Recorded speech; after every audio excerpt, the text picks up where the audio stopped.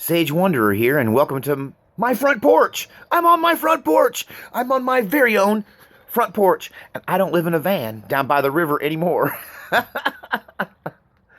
Thanks to so much help from you fine people, and some self-determination, and I got a get her done attitude. A lot of people, you give money to them to help them out, and then maybe months later you might hear about how you helped them out, but you guys helped me out, and you saw an immediate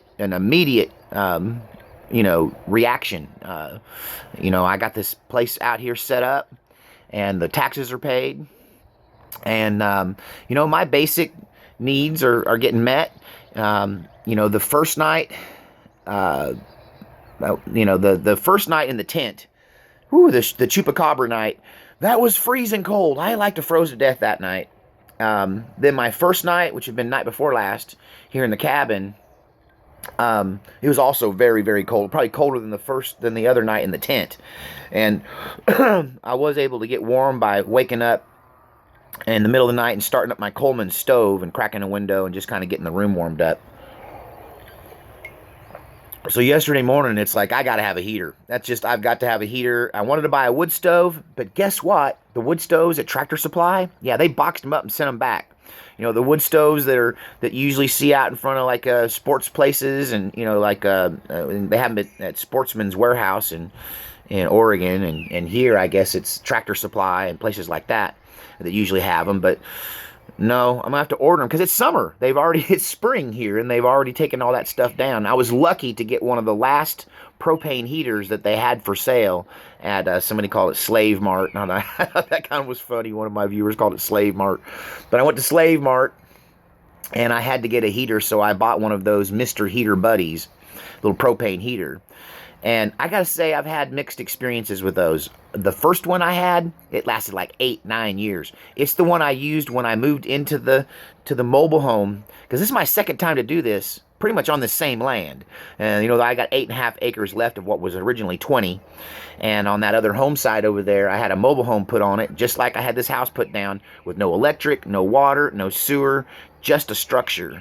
And then I got electricity, and then I dug a well, and eventually I got my septic. And but anyway, that first Mr. Buddy heater I bought lasted me through that whole process, and I used it in my deer blinds and stuff, and then one day it quit. The second Mr. Buddy I bought never worked from the get-go, and I was like, I gotta take that back when I get back from being on the road. Thing is, when you go on the road, when you get back, you forgot about your life before. Like you adjust to life on the road, and then when you get back home, your to-do list is gone. I never got around to sending that thing back, and then finally, like 2 years later, I called Mr. Buddy, and I'm like, you sold me something that never worked, and it's too late to take it back to Walmart. What you gonna do about it? And they were nice. They gave me a part number, and they were supposed to send me the part. And I guess that was just like right before I split. So I have that non-working Mr. Buddy back in Oregon in the camper van. And but this one worked fine. And last night I started it up, bought a new one last night, started it up, and I got the house warm, and then this warm front came in, and now it's like spring here this morning. So I turned it on a little bit this morning just to warm up my feet. But for the most part, I'm good right now, and I'll probably be worrying about air conditioning before I need that heater much anymore. But even if it was just for one night, I had to have it, because I was like, after 2 or 3 2 cold nights in a row, like 2 freezing nights in a row, I'm like, I'm not going to be freezing. And that definitely helped, because I probably would have been cold last night. It didn't start to warm up until probably early morning. The weather changed, but it sure is pretty out here. Let's listen. Can you hear all the birds?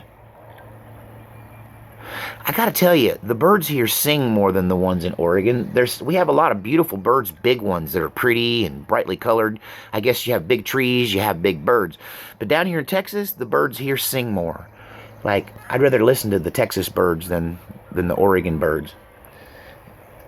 But, yeah, and then the occasional longhorn. I'll take you on a tour around here. Across the street from me lives a lady that's bought 3 or 4 ranches around here, including Aunt Bobby's old ranch that my sister lived in until it got struck by lightning and the house burnt down, and then she bought all that land too.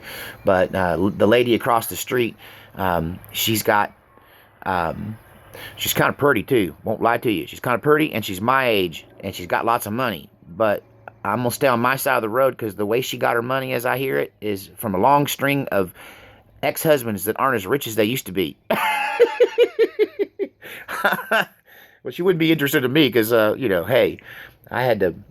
Well, anyway, when you don't love money, your romantic prospects start to shrink, which is fine by me because I'm getting more and more MGTOW, men going their own way. That's what this trip is. If I had to label it, it's MGTOW. It's a MGTOW trip. I bolted out of there. I had to go my own way. But I've got a higher level of peace now. I'm a little less active on here than I was because my hands are full. I've got so many things to do. When I started this channel, one of the premises was that I had a lot of time on my hand to do a lot of research on my hands that, you guys don't have that kind of time. And so I had more time to research. But I'm making time to research. I'm working on a coffee talk that'll either be today or tomorrow. If it's today, it'll be on the second pot because I've about gone through one pot already. But I have so much stuff to do today, it'll probably be tomorrow. But I am doing the research, and I'm getting back in the swing of things. I'm going to make another video here before I head to town. Either way, the next video is going to give you a tour of the inside. I haven't shown you the inside because it's all messy, and I'm a little OCD. I don't know if you guys have picked up on that. Maybe not. Maybe I seem a little... Okay, if I had to identify with Oscar or Felix from the Odd Couple television show, I'm definitely a Felix. I'm definitely not an Oscar. And my ex-wife, the one I fled from, totally an Oscar. Like that woman, when you pull back the sheets on her bed, you'll find food. There will be food in the bed. I promise you. There'll be chips. You can have lunch. There'll be chips and a crust of bread and a piece of sandwich and a part of a candy bar. And I'm just way more neat about my stuff. I mean, I was raised by a squared-away Marine, and he expected me to be a squared-away Marine, and now I expect myself to be a squared-away Marine. So, yeah, that means my bunk has got to be right, and my stuff has got to be correct. There was a period of a few years there where I raised my kids without her help, other than financial help. She paid me child support, and I raised the kids through their early teens and high school. And when my kids look back on that, they're like, "Wow, Dad, our house was clean as a hospital. It was like being in an institution." And it's true. I tend to get, I prefer bare floors that are easier to clean. And, okay, love me, hate me, I'm a little OCD. Just a little OCD. So when I get cleaned up, I'm going to, when I get the place cleaned up a little bit, and it's just chaotic right now, and I get it all squared away, I'll show you my off-grid cabin system.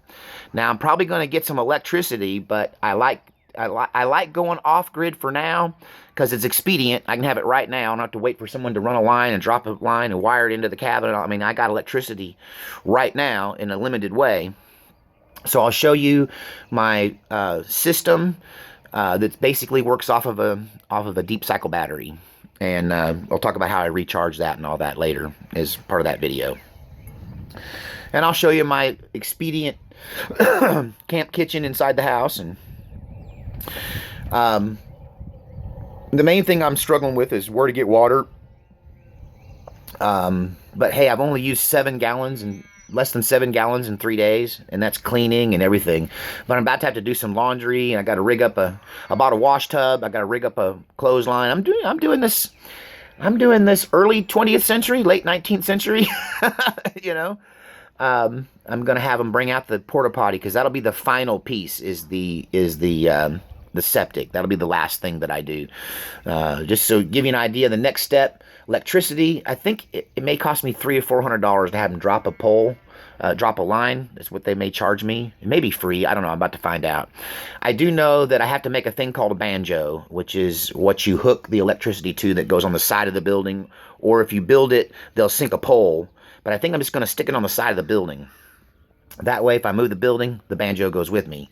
And so I'll have to build that. I know that costs a couple $100, $175 maybe, to build the banjo. So the electricity's a bit off, It's going to take me some time. I got to go to 911 addressing and make this an actual address. Bought a mailbox yesterday, so I got to go put the mailbox and plant it.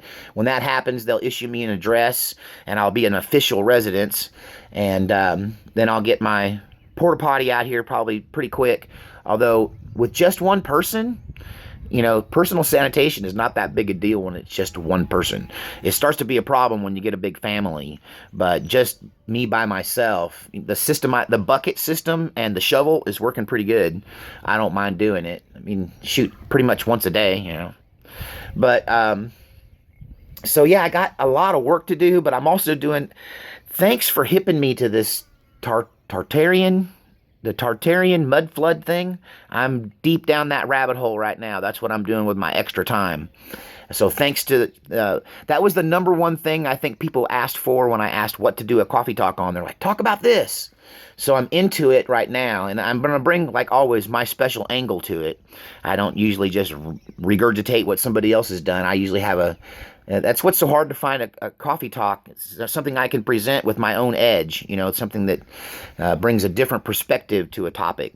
So, yeah, I've definitely got an angle on this Tartarian thing. And I'm going to check into it even deeper and make you a coffee talk today or tomorrow probably on that topic. And I got a couple other ones working as well. And, of course, there's always the political stuff, the Mueller report. What's to say about that other than this proves that Trump derangement syndrome has nothing to do with the facts? Because, the facts are in. There was no collusion, but they can't let go of it. What's up with that? Why can't they let go of it? I don't know. We're going to talk about that as well in the next couple of days. A lot of stuff going on. We're going to keep showing you the progress as it happens here. And you get to live my life as a homesteader in the 21st century. 21st century homesteading. I like being off the grid. And I didn't mind making the small investment in this off-grid system. It's just a little, you can fit it in your car. Little bitty off-grid system. And didn't cost very much. Tractor Supply, or not Tractor Supply, where is it? Harbor Freight. There you go. Harbor Freight stuff is cheap. But anyway, I like having that because then if the power goes down, I can still stay in communication. I can still work my computer. I can still have some lights and charge my phone and all that good stuff. But yeah, first morning drinking coffee on my porch. It's starting to get cold. I need to get some more coffee. I thought you guys might want to have coffee with me, even though I don't have a coffee talk. We'll just chat and drink coffee. But once again, special thanks to everyone that helped me. Special thanks to Brian for paying my taxes for me and all of the other people who sent in. I got some great gifts that made all this possible. I had to come up. I left Oregon with $1,000 and my car. And when I got here, I was down to about $700. And that would barely be enough. That's a recipe for being homeless, is what you call that. That's a recipe for living in your car. Especially since, I can't count on YouTube money because everything's demonetized. So it was a last resort to ask for help. And you guys helped me so much, paid my taxes, and then it took me about $800 to get into this place. So I'm pretty much the extra money that I got above and beyond what you gave me for my taxes.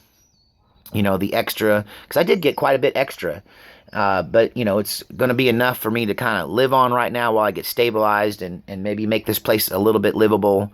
And, but, continue to help me if you can, if you want to. I think a guy offered me a job in the comments section. I got to take some time and look at that. He needs a supervisor for something. And he was thinking of me. So, I am not above working a job. As long as you understand, I can't stand on my feet anymore. When I do, my right leg goes to sleep. And it doesn't go to sleep. It just goes numb. It's weird. I have a bad knee, and it may be a pinched nerve in my knee or my back. But any would-be, farm doctors out there want to give a shot as why my right leg is not going to sleep. It just goes numb. And then when I sit down, take the weight off it, the feeling comes back.